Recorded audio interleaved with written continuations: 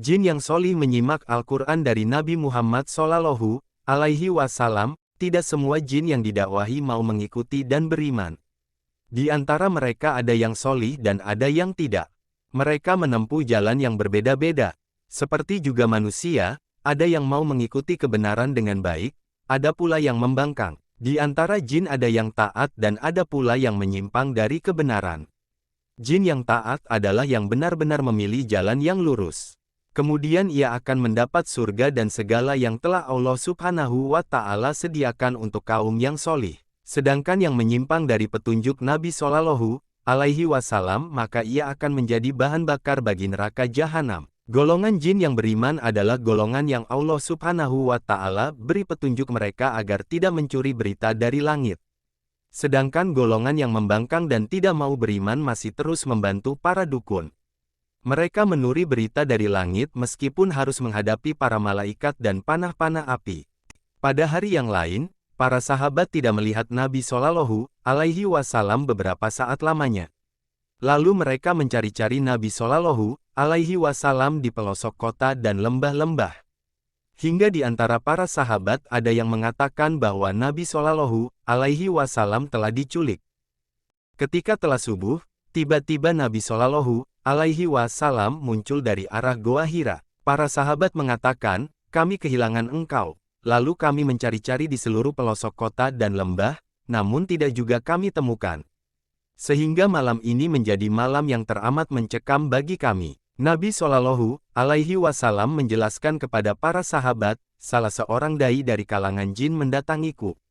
Lalu aku pergi bersamanya, kemudian aku membacakan Al-Quran kepada mereka. Kemudian beliau menunjukkan kepada para sahabat jejak dan bekas tempat duduk yang berupa api, bekal makanan jin dan tunggangannya. Pada kisah Ibnu Mas'ud radhiyallahu anhu mengikuti Nabi Shallallahu Alaihi Wasallam, kita mengetahui bahwa sebelum fajar masih ada sebagian jin yang tinggal bersama Nabi Shallallahu Alaihi Wasallam. Selain jin-jin itu belajar Al-Quran dari Nabi Shallallahu Alaihi Wasallam, mereka juga bertanya tentang bekal yang bisa mereka makan dan makanan untuk kendaraan mereka. Juga pada kisah para sahabat mencari-cari Nabi Shallallahu Alaihi Wasallam. Nabi Shallallahu Alaihi Wasallam memberitahukan kepada para jin bahwa yang bisa mereka gunakan sebagai bekal adalah tulang-tulang binatang yang disembeli dengan menyebut nama Allah.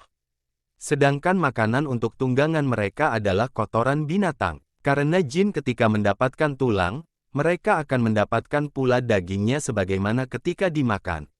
Juga ketika mendapatkan kotoran binatang, mereka akan mendapatkan bijinya sebagaimana ketika dimakan. Oleh karena itu Nabi Shallallahu Alaihi Wasallam melarang kita menggunakan tulang dan kotoran binatang untuk membersihkan kotoran manusia, karena ia menjadi bekal makanan bagi jin-jin yang beriman dan tunggangan mereka. Di samping juga kotoran binatang itu sifatnya kotor. Ketika Nabi Shallallahu Alaihi Wasallam berada di Madinah, ada seorang dukun di negeri Yaman, ia bernama Sawad bin Qorib dan dia menceritakan jin yang mengajaknya masuk Islam. Pada suatu malam ketika aku sedang dalam keadaan antara tidur dan terjaga, tiba-tiba jin yang sering memberitahuku datang. Ia membangunkanku dengan kakinya, lalu ia berkata, "Wahai Sawad bin Qorib, pahamilah, dan pikirkanlah bila engkau memang bisa berpikir. Sesungguhnya Rasulullah Shallallahu Alaihi Wasallam dari keturunan Luay bin Ghalib telah diutus. Ia mengajak umat manusia kepada Allah dan kepada peribadatan kepadanya saja." Kemudian jin itu menyampaikan bait-bait syair berikut, aku heran terhadap jin dan kabar beritanya. Ia mengencangkan tali onta dengan pelananya. Ia meluncur ke kota Mekah untuk mencari hidayah. Tidaklah jin yang baik itu sama dengan jin yang jahat. Pergilah kepada orang pilihan dari keturunan Hashim, dan tataplah dengan kedua matamu ke arah kepala onta itu. Ketika itu aku tidak mempedulikan ucapannya.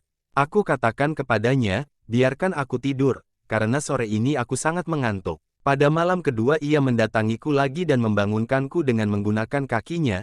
Ia mengatakan kepadaku, wahai Sawad bin Qorib, bukankah aku telah mengatakan kepadamu bangun dan pahamilah, pikirkanlah bila engkau memang bisa berpikir. Seorang utusan Allah dari keturunan Luay bin Ghalib telah diutus. Ia menyeru kepada Allah dan beribadah hanya kepadanya. Lalu jin itu kembali mengucapkan syair-syair berikut, aku heran terhadap jin dan upayanya.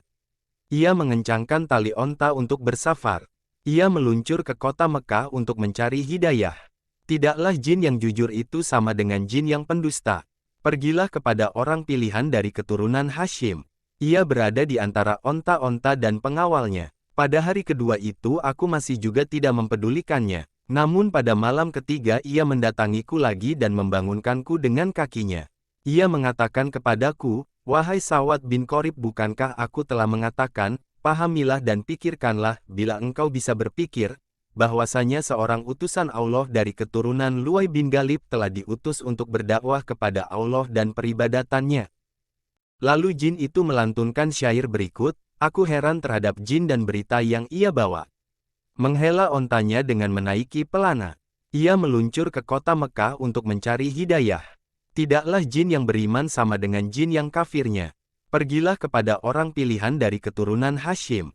Tidak orang yang permulaan sama dengan yang belakangan." Sawad berkata lagi, "Terjadilah dalam diriku kecintaan kepada Islam, dan aku menjadi sangat menginginkannya. Ketika telah pagi, aku mengencangkan tali kekang ontaku untuk menuju Mekah. Di tengah perjalanan aku diberitahu bahwa Nabi Shallallahu Alaihi Wasallam telah hijrah ke Madinah. Lalu aku pun menuju ke Madinah. Sampailah aku di Madinah, dan aku bertanya tentang Nabi Shallallahu Alaihi Wasallam. Dikatakan kepadaku ia sedang berada di masjid. Lalu aku berhenti di masjid, aku menambatkan ontaku, dan aku masuk masjid. Di dalam masjid ada Rasulullah Shallallahu Alaihi Wasallam dan para sahabat bersama beliau. Aku katakan, dengarkanlah ucapanku wahai Rasulullah. Lalu Abu Bakar radhiyallahu anhu mengatakan, mendekatlah kepada beliau.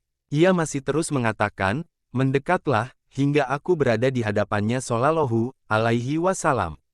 Beliau mengatakan, sampaikanlah, dan kabarkanlah kepadaku tentang jinmu yang mendatangimu. Ringkas cerita, Sawad menyampaikan kepada Nabi Shallallahu Alaihi Wasallam bahwa ia didatangi oleh jin pembantunya selama 3 hari berturut-turut memberitahukan adanya seorang utusan Allah dari keturunan Luay bin Ghalib. Setelah itu Sawad mengucapkan syahadat bahwasanya tidak ada sesembahan yang benar selain Allah dan Muhammad adalah utusan Zat yang Maha Perkasa.